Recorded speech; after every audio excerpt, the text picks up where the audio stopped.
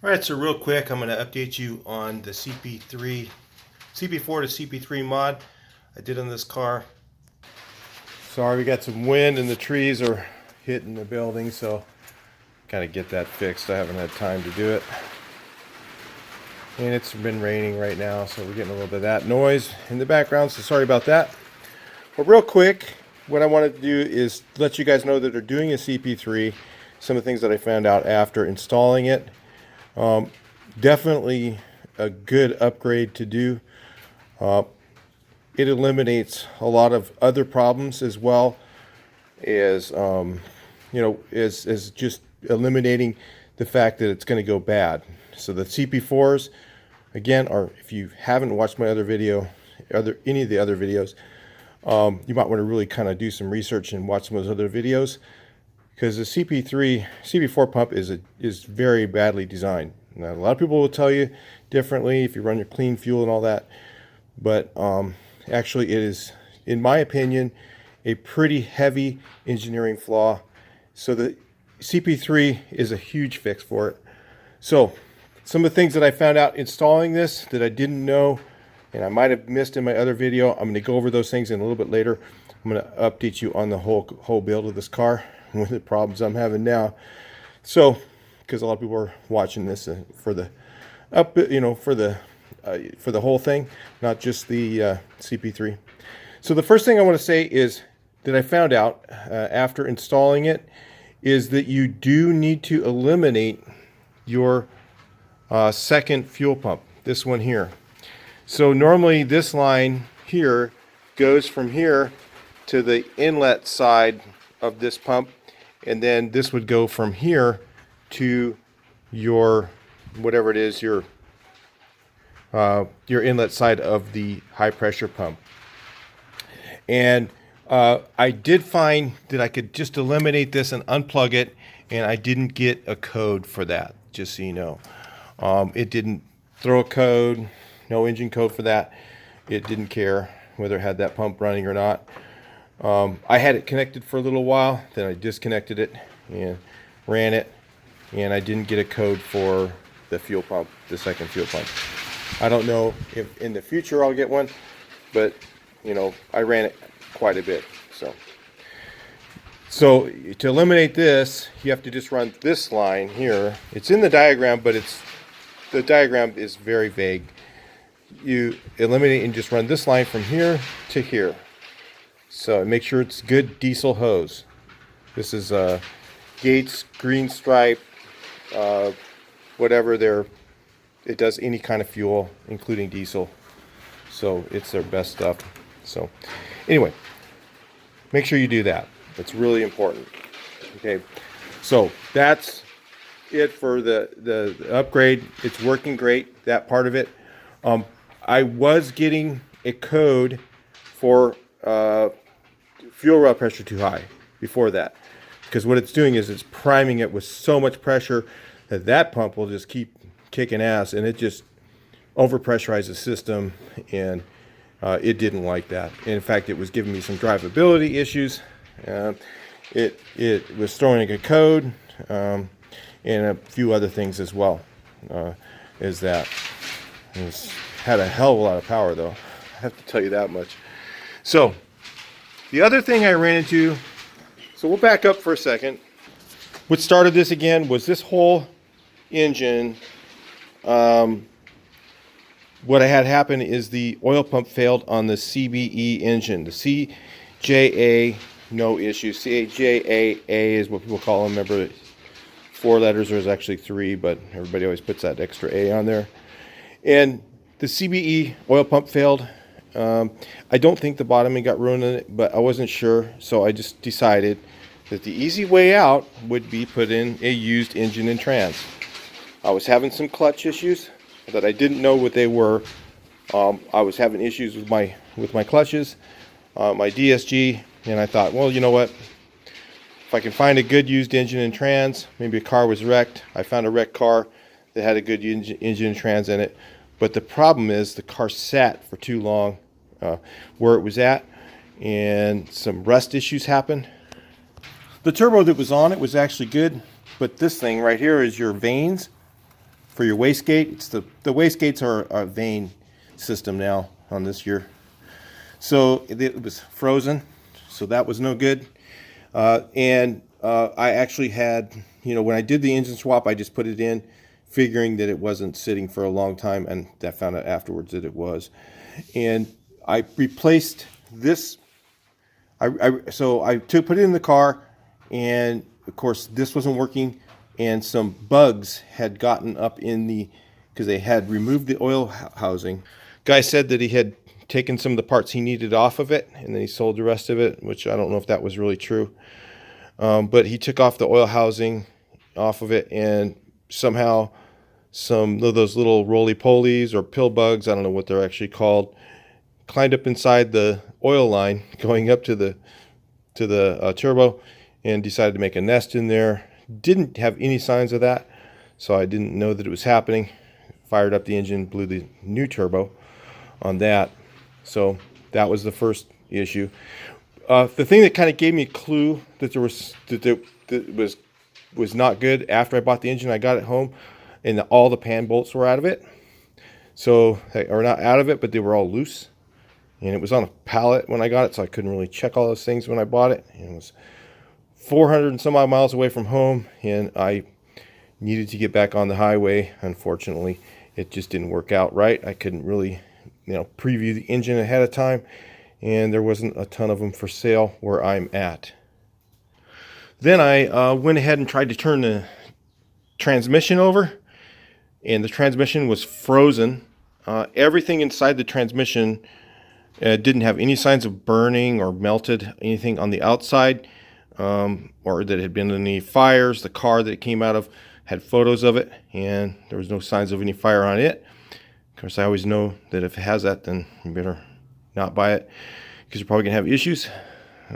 So this one had, everything was melted inside the transmission. It didn't look like it had ever came off of the engine. It looked like it had been on there for years, and everything inside the transmission had melted, and all the plastic was a big melted piece of lava in the bottom of the trans. So the transmission was no good. The next thing that happened when I finally got my transmission, I figured out what was wrong with it, is actually the clutches were bad. And I put a new set of clutches in it. Wouldn't recommend doing that. I would recommend putting in the whole assembly with the drum. You buy this whole assembly. I bought the clutches independently. Part of the reason I did that is because it was a cost issue, because I wasn't sure if, at that point, I was kind of leery on the engine, where the engine was any good. I didn't want to spend a lot of money on it. These are $500 for a set of these at Cascade, German, which is probably the best place to buy them. They're like $500 for the whole assembly with new clutches in it. But because, again, I wasn't sure about the engine because of the things I saw, I wanted to make sure it ran, make sure it had no issues. I bought the clutch set and put them in there, and now they're slipping, so I have that problem. I noticed they're slipping a bit. I've tried doing adaptation to it, and they're still slipping. So either there's a coating upgrade, which there's a coat on the clutch. I bought these here, Transcend coating, it says here. So I did not see a way to recode the clutches into the computer. I'm looking for that still to see if there's a way to do that. But then again, I'm not sure. I might just end up taking the trans out and upgrading them once I get the other problems, issues fixed. So would not recommend, if you're doing clutches on your tranny, to buy this brand, Transcend. No, it's made in China anyway, I think. So found that out after I got them. So after all this stuff, because the turbo was bad when I started it up, I think it sooted my particulate filter, and I'm not sure if it's any good. The other thing that happened when I was putting the engine in is I actually broke this thing here. And the interesting thing about these is they need to be adapted to the car. So I put the one from the other engine in, and of course, like everything else, including the alternator that was on the other engine, I figured it was a low miles engine. Probably the alternator was good. It was probably swapped out. Somebody changed it and put a bad alternator on it. That was nice of them to tell me that. And I had to do that after the engine's in, which is a pretty major job to do on this car. So I went ahead and got the alternator fixed because I realized the engine was good and it didn't have any noise. And it seems to be a very low miles engine. So I had this thing went bad on the last test drive that I was on. The other thing that happened also is the intake manifold was faulty on this car, on this engine. And I had to do the little modification. There's a little piece you put in here that keeps your manifold from opening all the way. My other engine didn't have that problem. I never had a code on it. So I had to fix that. I've had to fix this. I've had also the other thing that happened is I found out all the valve cover bolts were loose. So after I was running the engine at idle, it was no oil leaks. So I was like, okay, there's no oil leaks on it. Went and drove it for a little bit. When I finally got a chance to drive it, because I had to replace the alternator to be able to do that, I had to replace the turbo, second time, So then when I drove it, I noticed that I was having an issue with this thing here. I was getting the code for this. So I tried coding that one or adapting that one to it, and it won't adapt. So either one of two things. So I ordered another one. It's coming. I'm waiting for that. It's either one of two things. Either that one's bad. This part right here is bad, or it could possibly be that my particulate filter is plugged now, because when the turbo was bad on the second engine, I run it for a little bit, to figure out what was going on, and it probably suited the exhaust. So pretty expensive if I got to fix that. So I'm a little frustrated with that as well. So I had to take the intake, I had to take all this stuff off, all the injection stuff off, and replace the valve cover gasket, replace the turbo. After I put the engine in, I couldn't even tell you all the things I've done to this. Every single part on that used engine, everything that was connected to it was bad. So I'm going to say even like the fuel pressure regulator was bad that was on it. I've gone through like, I don't know how many different diagnostics and figuring out everything that's been wrong with it. None of the problems have really been from the CP3, except for the fuel rate pressure was too high. So I had multiple codes at once trying to decipher them. Now I'm down to one code, which is, I forget what this thing's called. I think it's called, I can't remember what it is. Anyway, but I have one of those coming. I'm going to put that in, try and code it, and once I code it, or once I adapt it, it's not coding, it's adapted to the car, hopefully it will adapt, because apparently I was looking on there and my particulate filter that is at like 330 ml, and the range in which you can flush it is between, I think, 180 and 280 or something like that. It's less than 330. If it's over 280, they don't recommend doing it. So I don't know if it'll adapt to it. I'm going to try and drive clean it, see it, maybe it'll clean up. If not, I've got a couple other ideas. I might take my big torch, take that son of a bitch out, and just run some, that one of those big giant propane torches and just burn it out of it. I don't know. Don't want to spend the $1,200 on that. So anyway, that's for a remanufactured one, not new. So, and that's not from the dealer. So you can imagine that the dealer are really expensive. Or straight pipe it, or I don't know. just kicking around what to do on that. A lot of problems I've had. You know, this thing's been, you know, I've almost wanted to give up. I don't know, several times. I've just been like, I think I'm just going to give up, you know. And, you know, I really like driving the car. I really like the gas mileage I get with it. And replacing the car, you know, with another one of these would be a big mistake, because I would have to change the fuel pump out. I don't trust those CP4s anymore at all. They just don't work. They don't last. If you have a car with a CP4 in it, again, it's like a ticking time bomb. And when it goes out, it's going to wipe out all the injectors. It's going to wipe out both fuel pumps. You're going to have to clean out all the gas tank. You have to take out your fuel rail, probably replace it. That's what most guys do. The fuel rail, they just replace them, replace all the ejector lines, because they get little tiny microns of metal in them, and you know, all the metal sticks to the magnets inside the fuel pumps. You know, so it's a nightmare if you ever have that happen. This car had that happen before I bought it. Right before I bought it. I bought it right after they had done it. They had taken it to the dealer and had it done, and they were tired of the car. They didn't want to use it anymore. And I put it literally 100,000 miles on it without really doing much of anything to it. So that was pretty good.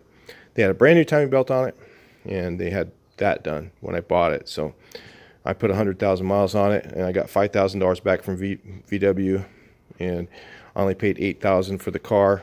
So literally I haven't done much to it. I put electronics in it and stuff like that. Some things went out and I replaced them.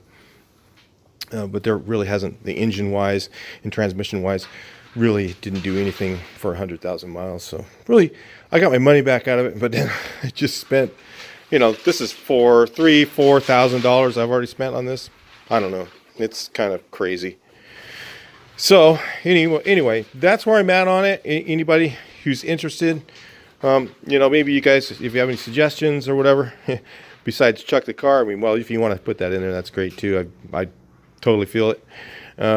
But if you have any ideas, the code I'm getting, I'm trying to think of the code I'm getting for this. It's the code for this. It's the actual code for it. And it's the only code I'm getting. And the drivability problem right now is you have to feather the gas. So you start off and it like has no boost, and you pump the pedal about 3 times, and then it's all boost. And man, I mean, it hauls ass. Okay, and it slips the clutches on the tranny. You have to really feather it, because it'll over boost the tranny for sure. So that's what I'm having right now, and I know that this part affects all that. So when this thing's not working right, it's gonna put too much boost. I did the VNT adjustment, so I know that that's correct. And I was getting a code for that not being right before, and I think it was also because it had over fuel pressure. And now that the fuel pressure is right, I don't get that code for the boost anymore. I only get the code for that. Well, actually, I get the code for the boost if I just floor it and I don't do anything. If I feather the gas, all I get is the code for that. Before, I got the code for the boost no matter what I did. You know, if I just drove it normally, I'd get the code for the boost. Now I don't, because I was getting, you know, too much fuel rail pressure too high. I was getting that code, and that was from this being connected. So anyway, a couple of ideas to throw out there for you guys who are working on one of these. You know, and believe me, this job has just nothing has gone right. It's just been one thing after another. When I get done with this, I got to clean up all the mess, which I'm not looking forward to either. Anyway, any suggestions would be great. Talk to you guys in the next video. Please like, share, and subscribe.